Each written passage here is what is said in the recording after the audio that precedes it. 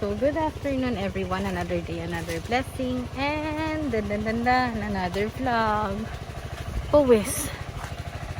So, dito ako sa Lucky Farm. May hiningi lang kay Kabads. Aray ko. Ha, init mga kabady. Nandito na pala yung mga bagong kinuha ni Kabady dito sa farm. Dalawang bata. Hindi, actually, dalawang binatilyo. So, ayun sila. Init mga kabady. Ayun, isa tsaka dalawa. So, in-interview ko na sila kanina. Kinausap ko sila mga kabady. Pero na kasi nabanggit na siya sa akin ni Maki. Tapos ngayon ko sila nakita. So, chika-chika. Tanong-tanong ako. So, inaasikaso nila ito mga kabady dahil sa kalamansi. Magtatanim tayo ng kalamansi dito. Tapos, may gulay sa pagitan. Kailangan namin i-maximize kasi maraming kailangan dito sa farm. Malaking pondo ang kailangan dito sa farm. Tapos kumuha rin kami ni Maki ng solar water pump. Syempre kung susumahin yung mga kabady, malaking halaga yung fund na kailangan dun sa solar water pump. De 4 din yung kinuha ni Maki. Ako naman pinush ko kasi magagamit nila, diba? So bakit natin titipirin? Magagamit naman, masusulit naman. Kailangan kasi talaga siya kasi magastos na sa gasolina mga kabady. Isipin nyo sirain yung mga makina namin kasi luma na. Tapos ang mahal pa ng diesel at saka gasolina. So isa yun. Ako talaga nag-push na kumuha na tayo. So magti-thank you lang ako kay Mother Early kasi inanuhan niya ako, tinulungan niya ako. Tinulungan niya kami, niregaluhan niya kami ng additional down payment dun mga kabady sa solar water pump. Kasi hindi pa naman namin siya hawak mga kabady. So nag-down na. So kailangan ng down payment dun mga kabady. So ayun.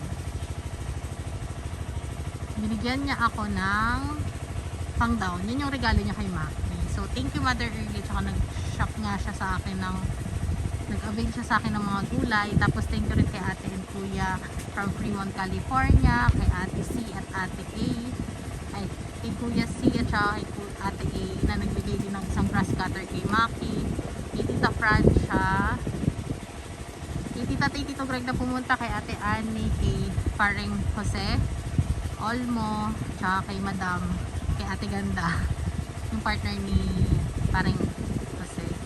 Tapos ayun mga kabady, link dito. Yan, avail kayo.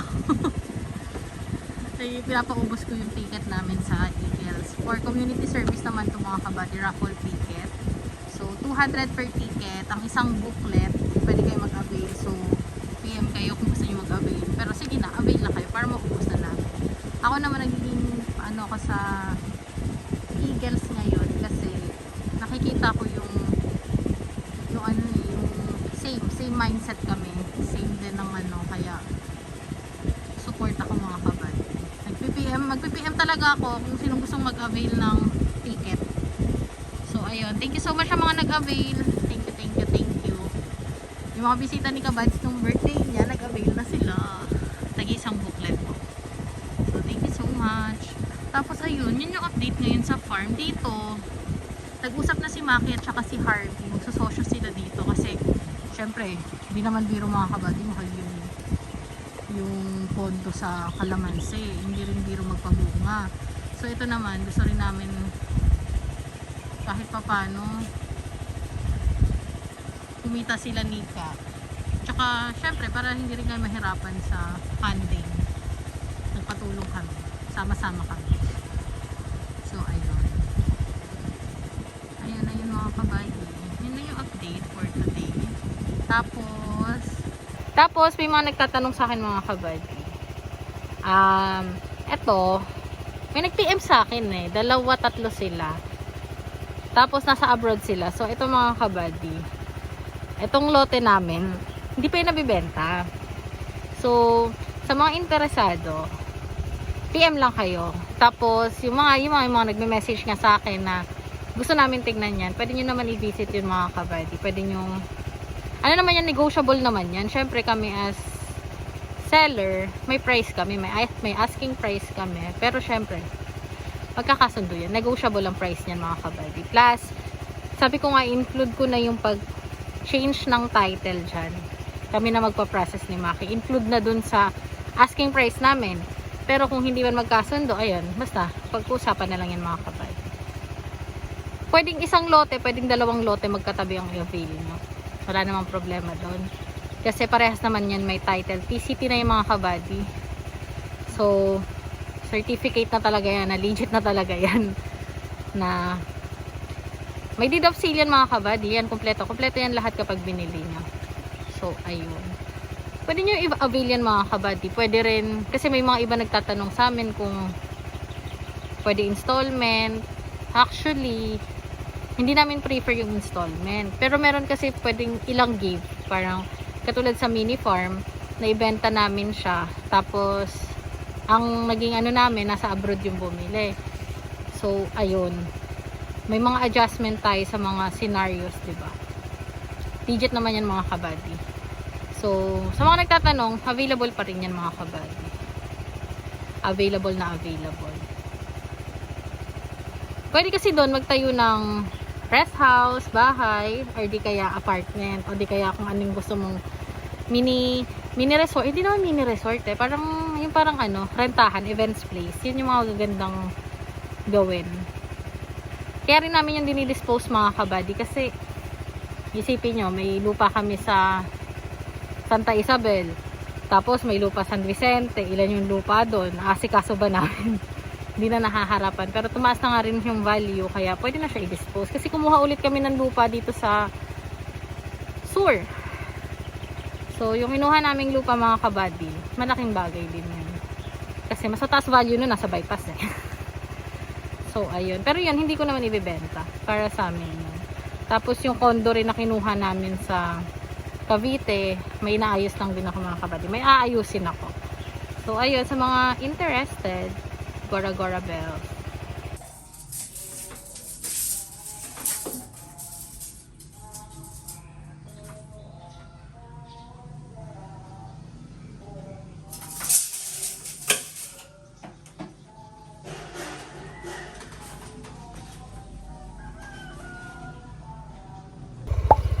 So, hi everyone. Pupunta ako ngayon sa Eagles. So, dito tayo sa Maidan mga kabady. Di na ako pumunta dun sa ano ng Eagles. Kasi late na rin naman. So, ito, papakita ko lang sa inyo kung paano yung pamamanata or sa Viernes Santo ng mga nag-aala Jesus. So, wait lang mga kabady. Pag dumaan dito sa harap natin, nandun pa sila eh. Laking sakit, laking dosa, laking hirap ang pinata. Hindi na mabuhat ang sama.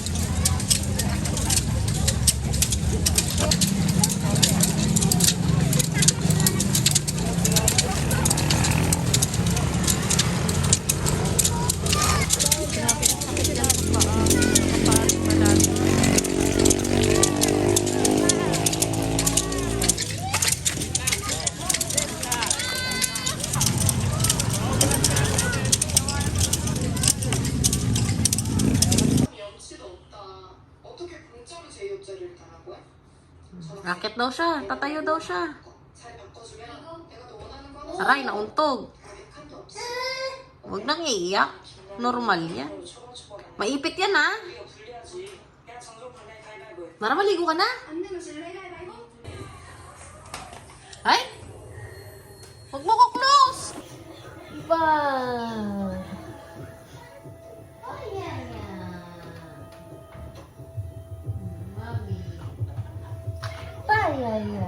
Are you say hi? No. So yung mga kabady, ganito lang kami.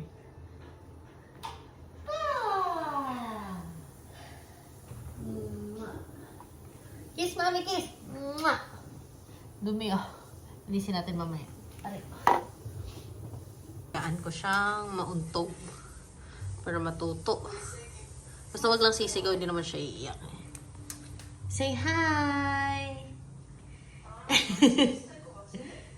Hi!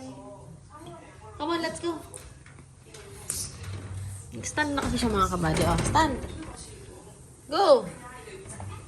Stand up! Stay ni mami para makita mo ko. Payaya!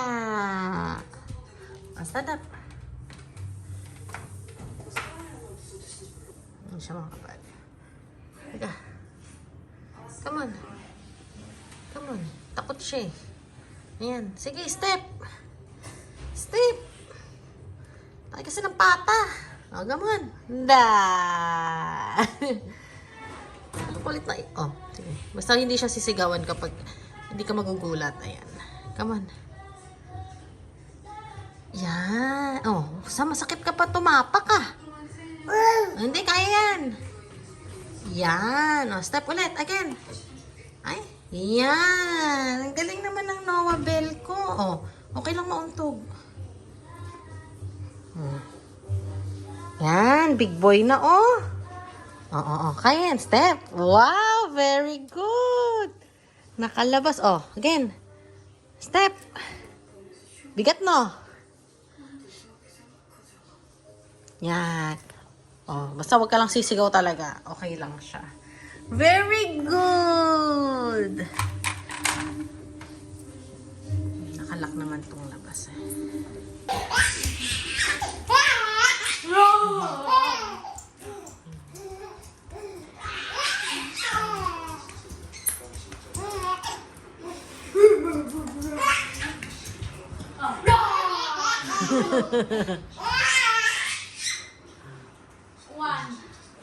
Uy, grabe kayo!